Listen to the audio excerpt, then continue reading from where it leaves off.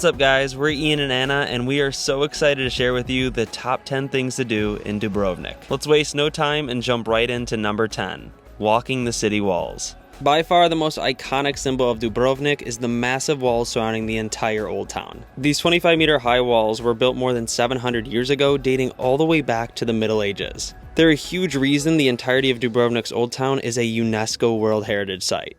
This wall is around 2 kilometers or 1 mile long and has the most amazing views overlooking Old Town, the Adriatic Sea, and even nearby Lokrum Island.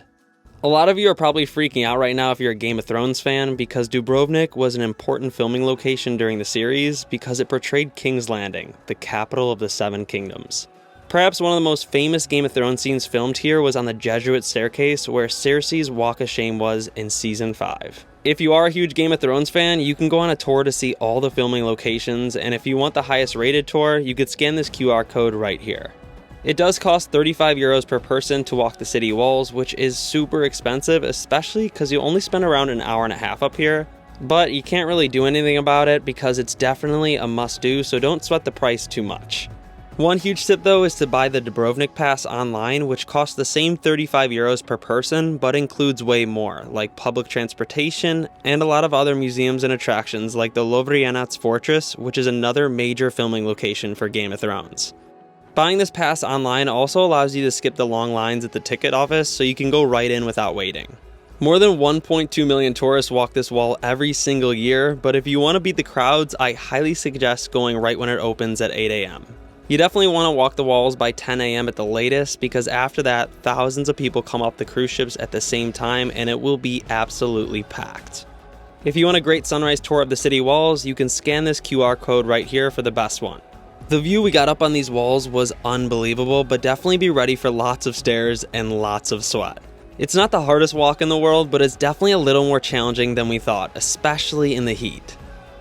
Our favorite part of the walls were the endless views, especially being able to see the iconic orange roofs of Old Town contrasting with the Adriatic Sea. This is a perfect way to start your trip, and I definitely recommend a tour so you can learn the history and get a good layout of the area. Now let's move on to number 9, Lokrum Island.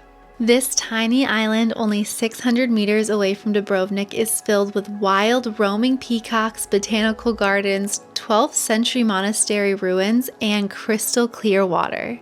To get to Lokrum Island, you will have to go to the Old Port in Dubrovnik and pay 27 euros per person for a round-trip ticket to Lokrum.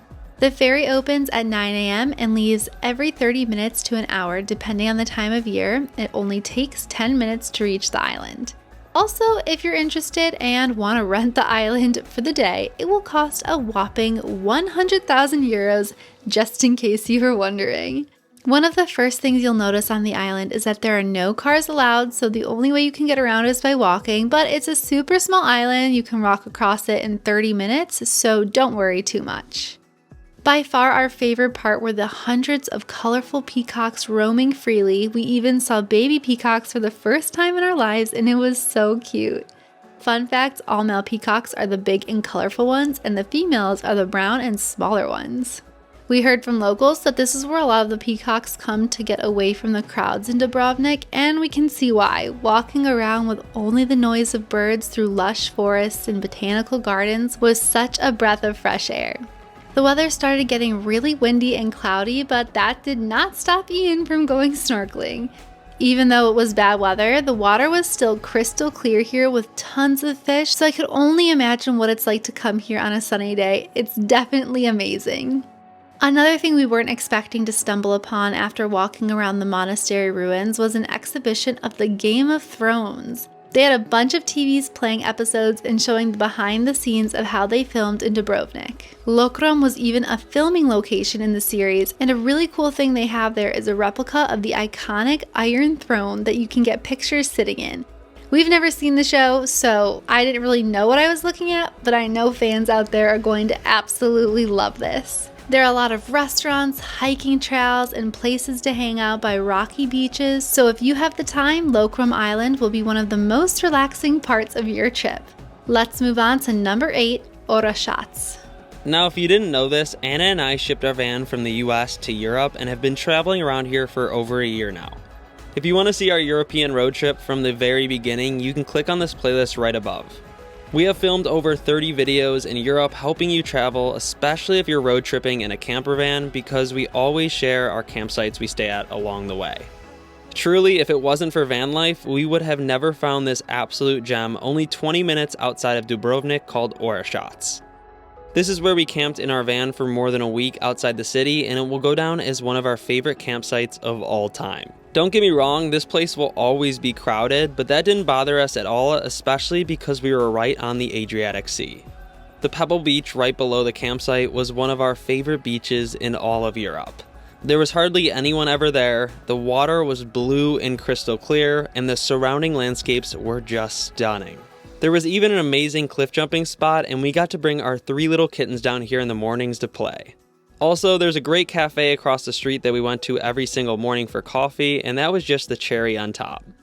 I'll make sure to link the campsite and beach down below this video, because if you're looking for a hidden beach away from the more crowded beaches around Dubrovnik, this is the spot to go.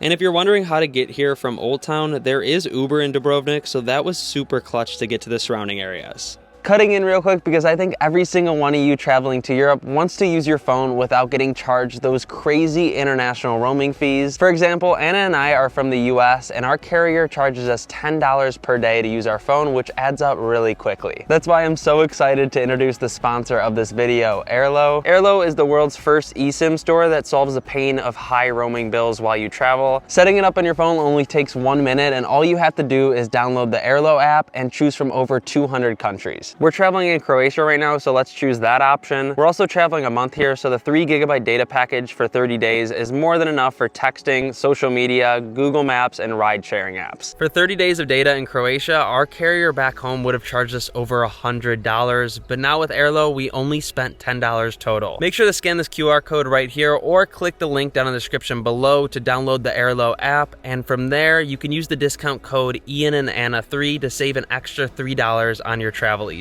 Now up next we have number 7, St. Jacobs Beach. One morning while we were staying at our hotel in Old Town, we celebrated my 27th birthday. Our kittens loved the balloons so much, it was hilarious. All I wanted to do was head to a nearby beach for my birthday, and luckily only a 6-minute Uber ride down the road is one of Dubrovnik's best beaches. You'll get dropped off at St. Jacobs Church and walk down 160 stairs to reach this pebble beach. From here, you have a beautiful rocky backdrop with a spectacular view of Old Town and Lokrum Island. There's a fun beach bar and a restaurant, so this is a perfect place to spend half a day to go snorkeling and to relax. Even though the weather stunk for us once again, the water was still incredible, and yeah, I just can only imagine what it's like to come here on a sunny day. Now, onto number 6, walk around Old Town. Dubrovnik's Old Town became a UNESCO World Heritage Site because it's one of the world's most perfectly preserved medieval cities. The amount of churches, monasteries, and palaces that are in perfect condition is truly astonishing. Not to mention, this tiny old town has been through some turbulent times like the 1667 earthquake and the 1991 bombings during the Yugoslavian War. Walking through these narrow marble streets really felt like a movie. Like, I'm not kidding, it takes you back in time, and it's truly the most impressive old town we have ever been to. Best part is, this old town will only take you 10 minutes to walk from one end to the other. This can also be a very bad thing because with such a small old town and all of these crowds, it can feel claustrophobic really fast. Anna and I had the absolute privilege to stay at one of the only hotels in Old Town for 3 nights, and this made all the difference. We were able to wake up inside the city walls every morning and take a stroll down the main street and through these narrow alleyways all by ourselves. By 9 a.m., tour groups start pouring into the city, so I highly recommend waking up for sunrise one morning and walking around this magical place. Even better than walking around the Old Town during the morning is walking around at night, because Dubrovnik has been voted one of the most romantic cities in the world, right up there with Paris and Venice. Nighttime in the Old Town was so romantic, with lanterns lighting up the cobblestone streets where you could eat the best food in the world. Dubrovnik will be a place Anna and I will return to many times throughout our life. We just loved it that much.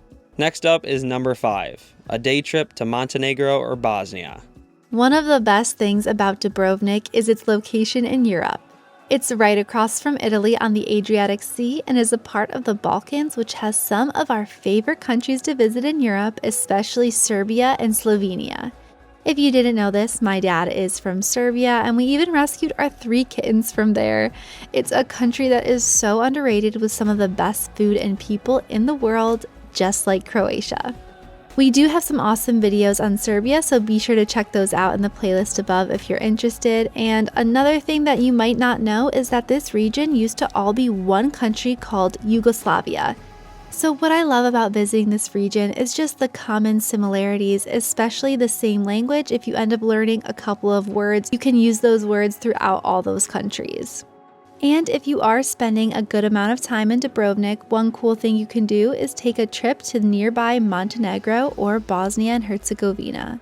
If you choose to visit Montenegro, these day tours will bring you 2 hours away to the iconic city of Kotor, which is a UNESCO World Heritage Site with another stunning old town.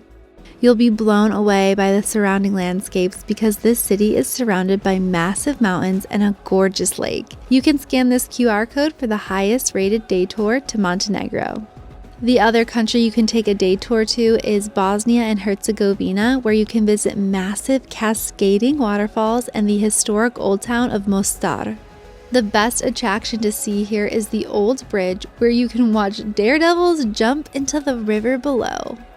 I can't believe we haven't been to Montenegro yet, but I have heard nothing but wonderful things about it. And as for Bosnia, we just drove through it to get to Croatia, and we were seriously so impressed by its mountainous landscape. I cannot wait to explore more of this region, and I hope you get the chance to as well. Now let's move on to number 4, staying in Old Town. There's one thing that made our experience in Dubrovnik 10 times better, and that was staying at a hotel within the city walls. We had the absolute privilege of staying at Stari Grad Boutique Hotel for 3 nights, and it was just unbelievable. Not only is this hotel in the heart of Old Town, but they also allowed us to bring our 3 little kittens and even had the only rooftop restaurant in Dubrovnik. Every morning we would wake up and go right upstairs to the rooftop at the Above 5 restaurant. I mean, you can't beat these 360-degree views of Old Town, especially being surrounded by all these orange roofs early in the morning. To be honest, we may have liked it more than the city walls because there are no crowds or walking involved. Although breakfast up here is only for guests, you can reserve a reservation for lunch or dinner, which I highly recommend because it's been recognized by the Michelin Guide since 2018 for its delicious food. We even ended up meeting Anna, which owns Stari Grad, alongside her husband, and she was just so kind, telling us all about the history of the building and even played with our kittens for a little bit. Interestingly enough, Anna and her husband also own a place in Old Town called Holy Burek, which is hands down the most delicious pastry you will have in your life. I mean, they are seriously so addicting. This place serves one thing, and that is burek, which is a famous Balkan pastry that has many different kinds of fillings like cheese, leeks, spinach, veal, and our favorite, chicken. We ended up having these once or twice a day because it's a perfect quick snack in between all that walking around. This city does have expensive food, so for those of you on a tight budget, this burek is really a lifesaver because they are only around €5 each and they will fill you up. Crazy story behind Holy Burek is that Anna's husband actually went all the way to Albania and learned this recipe from a grandmother there. He even ended up bringing her all the way back to Dubrovnik for a couple months to train the team here, which is just amazing. If you want to stay at Stari Grad, I will make sure to link their website down in the description below for you guys.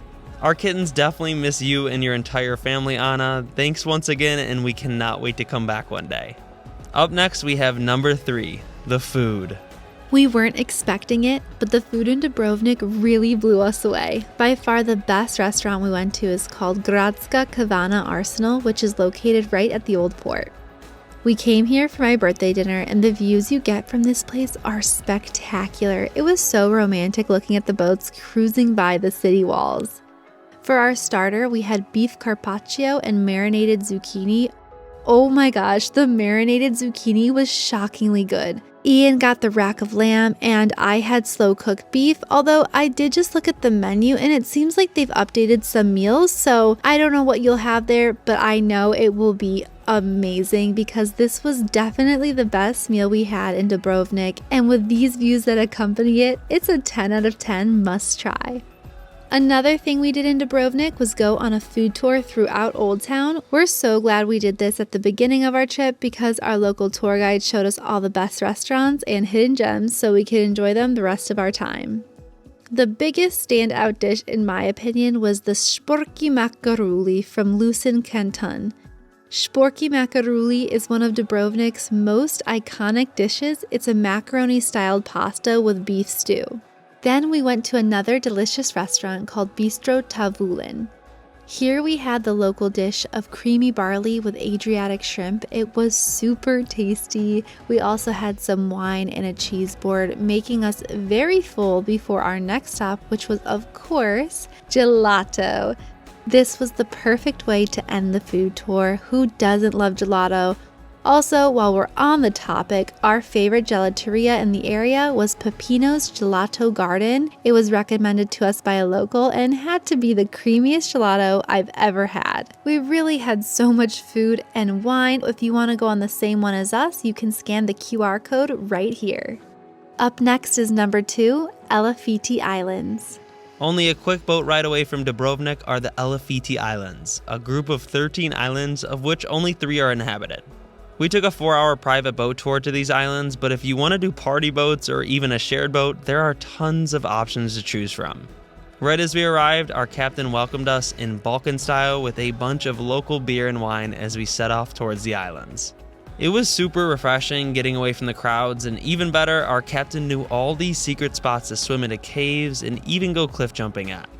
What blew me away though was the water clarity around these islands. It felt like we were swimming in a pool. Before coming to Dubrovnik, I had no idea these islands existed, but I am so glad we went because the coastline and water here definitely reminded us of Greece. Fun fact, the first Mamma Mia was filmed in Greece, but the second movie was filmed on an island in Croatia, so that just shows how similar these countries are. The most beautiful island we visited during this tour was called Lopud, and the first thing that caught our attention was this 15th century monastery sitting right at the edge of the island. This monastery was actually transformed into a villa where tons of famous people have stayed at, like David Beckham and Owen Wilson. Our captain told us that it's around 10,000 euros a night to stay here, which didn't sound terrible because wow, this place was epic. Another great thing about this island is that it had sandy beaches, which you just can't find around Dubrovnik. It's also car-free, so it was really relaxing walking along the coast, exploring the botanical gardens, and of course finishing our time with some gelato. Now on to number 1, cliff jumping at the Buža Bar. Cliff jumping from Buža Bar is the perfect activity for adventure seekers. It's easily accessible and it's located on the edge of the city walls. There are actually 2 locations, the main bar and then the small bar. Both of these bars are free to enter and you don't have to buy a drink to jump from the rocks. But if you're like us, you'll grab a drink and stay a while to enjoy the sunset and of course have the time of your life. First, we went to the small Buža Bar, which is much less crowded and the ambiance is a lot more relaxed. My favorite part was the entrance. It feels like you're in a top secret tunnel and then it opens up to a view of the beautiful Adriatic Sea. They have tables you can relax at and grab a drink. People come to this bar for more leisurely swimming, but if you want to get some major height for jumping, you'll want to head to the main Buža Bar. The cliff jump here is 8 to 10 meters high or 26 to 33 feet. It all depends on the tide level when you're jumping, but nonetheless, it's insanely fun. We spent about 2 hours here having drinks, jumping, and watching some impressive people dive off as well. This was definitely a more lively bar compared to the smaller bar, and the people there totally bring the energy. We saw a couple groups of friends with speakers, having drinks, and taking turns jumping. I think of the 2, main Buža Bar is definitely my favorite, and this of course was our favorite thing to do in Dubrovnik.